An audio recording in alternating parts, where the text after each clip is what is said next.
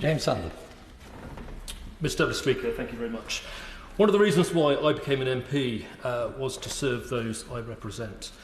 And having been proudly elected in 2019, it's increasingly clear to me that it's incumbent upon all of us in this place to improve the covenant between Parliament and our constituents by ensuring that what we do as public servants is as transparent, credible and authentic as it can be. It therefore gives me pleasure today to commend this motion to the House, and I'm honoured to speak on behalf of the Procedure Committee. Can I first of all thank the Leader of the House for bringing this work forward and for making time today for the House to debate our recommendations. I'm grateful too for the support of the Shadow Leader. The House is always at its best when we come together with a common purpose. I'd also like to commend the Honourable Member for Staffordshire Moorlands for her excellent leadership of the Procedure Committee. Regrettably, she can't be here today. And of course her superb team, including Richard Ward, Fionn Morgan and Margaret McKinnon, all of whom have contributed significantly to this work. What we say in this place matters, and it must be accurate. Constituents place their trust in us to do and say the right thing on their behalf. And we've got a responsibility to set a high bar for how we conduct ourselves. My honourable friend give way. Please do. Grateful to my honourable friend for giving way, and I congratulate him and other members of the Procedure Committee in coming forward with this excellent report. Is there not a case, though, where a member or minister corrects the record for stating in that correction how many times in the same session of Parliament that person has had to correct the record previously, so we can easily identify anyone who's being rather cavalier with the truth? Mr. Speaker, can I thank the member for his intervention? I agree with the thrust of what he's saying, and I'll come on to that, if I may, in due course. But the important thing is that with the record that's going to be available at a single point of a website, it will be possible very quickly, very easily to work out who has perhaps got a record in this particular area. What we say in this place matters and must be accurate. Sadly, of course, however, it is inevitable that mistakes do sometimes happen, but it's what we do about it that matters. So it should be routine for adjustments to be made where a member has given incorrect information and needs to correct the record. The motion today effectively enshrines 3 improvements in procedure. Firstly, it means that all MPs will be able to correct the record, not just ministers. Whilst it will not compel members to do so due to parliamentary privilege, it will provide the means for it to be done. Secondly, the visibility of any corrections will be improved on the official record. The exact mechanism for this is being worked through, but it will be obvious on Hansard where corrections have been made. Please do. I'm very grateful for him giving way and very much support the report that the Procedure Committee has come forward with. But as part of the next stage of looking at the detail of this, has the committee considered whether, when a correction is made, whether there is, when we talk about at the earliest opportunity, that will be part of what is published when the correction was made after the initial mistake in the House?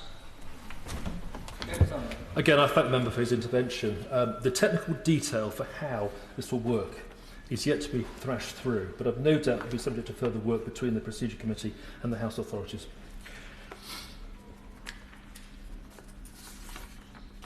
Secondly, the visibility of any corrections will be improved in the official record, as I mentioned. The exact mechanism for this is being worked through.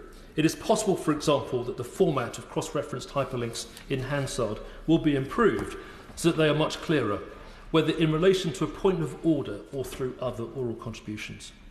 And thirdly, there will also be an easily accessible corrections page, probably on the parliamentary website and linked elsewhere, where anyone will be able to see a bespoke record of parliamentary corrections, as the DB just discussed. Whilst we believe that existing mechanisms to challenge the accuracy of contributions made in the House are sufficient, and that understanding these mechanisms can assist members in effectively and creatively challenging accuracy, these improvements are necessary. Importantly, the Procedure Committee does not believe that distinction between ministers and non-ministers justifies any difference in the means by which backbenchers may seek to correct themselves when they discover that they have made an error. We have therefore concluded that the rules should apply equally to all MPs. Please do. Very grateful, and I'm very supportive of the report that the Procedure Committee have put forward. And I wonder if I could pick up on the comments from my right honourable friend for Bridlington in relation to I apologise, East Yorkshire. Correct the record there. A backbencher choosing not to correct the record when they're made aware of it, and whether the Procedure Committee consider that that may be a contempt, and the consequence of not correcting the record, would there be a referral to the Privilege Committee? Mr Speaker, thank you once again for the intervention. The Procedure Committee did consider that issue very carefully, and we concluded that the existing procedural mechanisms to challenge the accuracy of contributions made in the House are sufficient. It's very difficult to compel any member to do anything, but we hope that with the new improvements to the process, that members may feel obliged to do so. Please do. Just for the sake of clarity, I take it then that the position the committee has adopted is that if the House feels that an individual backbencher has misled it, that's one thing, but it cannot compel that individual backbencher to withdraw anything if the backbencher himself or herself feels that in fact they haven't misled the House. Once again, thank you to the right honourable member for the intervention. My understanding is the same. It's very difficult to compel any member to do what he or she doesn't want to do. But as the Leader of the House said earlier, this is a matter for the House, and it may well be that a track record of poor behaviour may attract further attention from the House authorities and the House itself. Please do. Can I thank my honourable friend for giving way, and he's doing a sterling job of reporting from the Procedure Committee. I just wondered, pulling some of the threads together and some of the discussion, whether it would be appropriate for the Procedure Committee to look at publishing, say, in the form of a written statement as they're done, either at the end of term, a list of people who have offended. Mr Speaker, once again, thank you for the intervention. I think that's a very fair point, and if I may, I'll report that back to the committee. It may well be subject to further work, but I think a termly report could well be a good way forward. But it should be obvious on Hansard, and it should be obvious on the corrections page where people have offended, whether or not they have corrected the record. To conclude, Mr Speaker, if I may, the Procedure Committee recommends today that the system of ministerial corrections be extended to all members, and that corrections themselves should adhere to the same rules as set in the ministerial corrections system. We are pleased that the Leader of the House is supportive of our recommendations, and we hope that the House will agree to them today. If it does, Hansard will begin work with the Parliamentary Digital Service to bring these changes in. It will take time. I'm very grateful for the honourable member giving way, and I think there's probably no more suitable member in this House to report back from the Procedure Committee than one who knows very well the importance of integrity from his time serving in the Army. But I just wonder whether this recommendation that we're hearing today maybe could it in any way deal with the sort of campaign that we saw ahead of the last election, where sometimes false statements were made deliberately so as to lead to denial and repetition? Mr Speaker, thank you once again for the intervention, and I thank the member for his kind remarks.